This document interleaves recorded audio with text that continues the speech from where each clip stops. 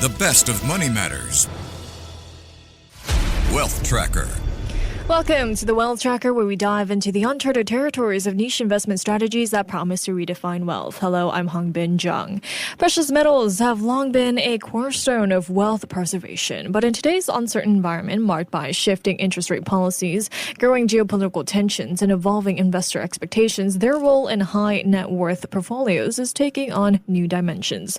In Asia especially, gold continues to hold both cultural significance and strategic value as clients look for ways to diversify, protect, and personalize their holdings. So how are high net worth individuals adapting their approach to precious metals in 2025? Are they viewing gold as a tactical play, a long-term hedge, or both? And what trends are emerging in terms of demand, access, and mindset? Well, to find out more, joining me now is Joshua Rotbart, who is the founder and managing partner at Rotbart Co. Joshua, welcome to the show. Thank you, Hongbin. Nice to be on the show. Thank you. Thank you so much for joining us. Well, Joshua, with inflation cooling in most advanced economies, but geopolitical risk remaining elevated, how are high net worth individuals positioning precious metals in their broader asset allocation strategy today? That's a great question.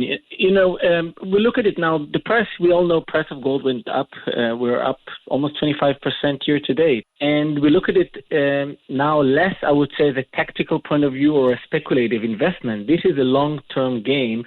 And the game is to hedge against all the geopolitical changes we're seeing, all the trade wars, fear of recession, and so on. The world is changing very rapidly. There's so much uncertainty. And definitely now the high net worth are looking into the 5, 10, 15 years horizon, and they're looking for a way to diversify from all these and to protect their wealth. Okay, so what kind of exposure are high net worth individuals preferring today in regards to precious metals? Are they looking at physical bullion, ETFs, mining equities, or structured notes linked to metal prices? The later, the mining equities and the structured notes are, I would say, a different breed. They're not necessarily what the high net worth invest in when they want those hedge or this kind of insurance policy that gold present. They will look mostly at ETFs. Or physical bullion. And there are great ways now to invest in both asset classes. Okay. Well, then with the rise of tokenized gold and digital wealth platforms, is physical bullion still as attractive to, younger or more tech-savvy high net worth individuals? It's a great question. You'll see even for us at Rotbart Co, our clients are usually, I would say, 45 and over. But we do see now the trend of younger crowd looking at physical gold. And I understand that although everything now is digital, virtual, and so on, there is a lot of emphasis on the tangibility and the physicality of the physical metals. And I have to say that all those tokenized gold and digital gold and all these different projects, they don't have enough traction. Actually, they don't have enough liquidity. They don't have enough traction. We're still in the experimental phase to some extent. And if you look at China, for example, you see younger crowd in China are moving back to gold. Since property prices in China went down, younger crowds are rediscovering gold, what was unheard of 5 years ago, right? 5 years ago, nobody looked at physical gold on the younger crowds. But now they understand the importance.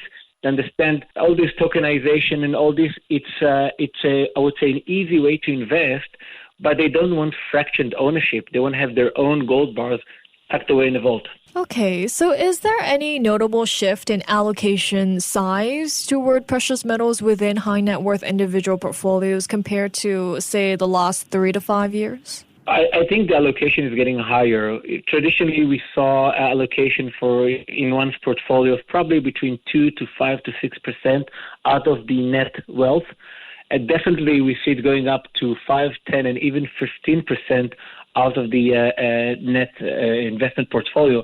And again, the reason is the rise in risk globally. And the high net worth, same as all of us, are looking for a way to diversify these risks. Do you think high net worth individuals are becoming more tactical or strategic in how they use precious metals now? For example, are they, trading metals more actively or holding for long-term insurance? Definitely there's a short-term trading element of the industry and the investment world. But at the end of the day, and you look at what's happening in the world, it's a long-term proposition. Again, it's 5, 10, 15, even 20 years horizon. We're working now with a big family, wealthy family, that's looking into the next generation, the next 20 years, and they are very strategic about it. Now, I'd like to remind everyone, we're looking at, other than geopolitical shifts and Trump presidency, investors are looking for alternative to the US dollar. We're in a world that's going through de-dollarization. The use of US dollar is going down and going down in an accelerating pace. And investors, smart investors, are looking for an alternative to the dollar. And with all due respect, we don't see them invest in ruble too much, or South African rand, or renminbi. So the asset, the currency they're looking at to keep their money safe in the next 10 or 15 years is definitely gold. What about in terms of regions here? Have you, observed any notable regional differences in how high net worth individuals approach precious metals? Look, here in Asia, especially Asian countries, gold has been, in China, gold has been part of the culture for millennia, right? It's nothing new. It plays a role in a family wealth and integrated in the society. So I would say, especially in Asian countries, in ASEAN countries, the focus is on the family, on how we transfer wealth from the first generation that made good money to the next generation, to the second or even the third generation. And a lot of the talks we have now with families in this region are around, we made good money, we built this empire, how can we pass some of it to the next generation? Right. And I would say if you look at Europe and North America, it's a bit, I would say, more analytical decision. We'll meet European or American clients. They will say, we ran the numbers. This is the allocation we need.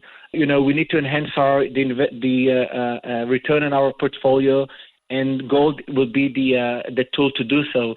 I would say it's less family-oriented, maybe even less emotional to some extent. Okay. I mean, you've talked about generations here. I mean, as you mentioned, many high net worth individuals in Asia are now transferring wealth to the next generation. But are you seeing a generational change in how wealth holders view gold, silver, or even platinum? I mean, what do younger inheritors or entrepreneurs tend to ask about? Yeah, the questions are different. I think when the older clients, to some extent, are asking questions about safety, security. They're very concerned with geopolitical diversification. Where should we store the gold? We see with the next generation, we see questions around access, around can we extract, what can we do with this gold? Can we generate some sort of yield using our gold, or does it have to sit in a vault? Or can we access it digitally, or it has to be physically? So it's more about access and different uses, while I would say the first generation that actually made the money would mostly say, just take gold, let's keep it safe in a vault somewhere. But they're less concerned with the ongoing use or with whether you can extract some liquidity out of it.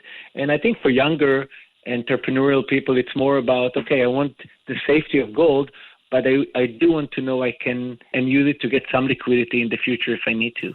Well, speaking of safety and security here, do you foresee high net worth individuals increasing their allocations to precious metals in anticipation of possible market corrections or stagflation scenarios?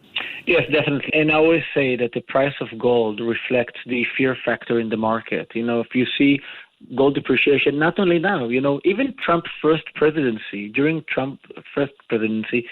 gold price went up almost at 60%, right? So when clients looking at the geopolitics, they're looking at market corrections like we had, for example, during COVID in 2020. They're looking at a possibility of stagflation or recession because of all the trade wars.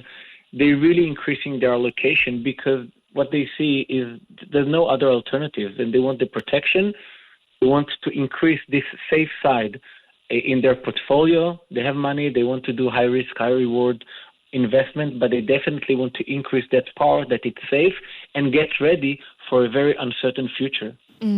Well, one interesting idea raised is that gold is now being considered a so-called substitute for fixed income in some portfolios. So, Joshua, have you seen clients reduce bond exposure in favor of gold? We see some. I wouldn't say it's a major trend because bonds still have their own, their own advantages, and which is the coupon that you can get. It really depends on the bond yield.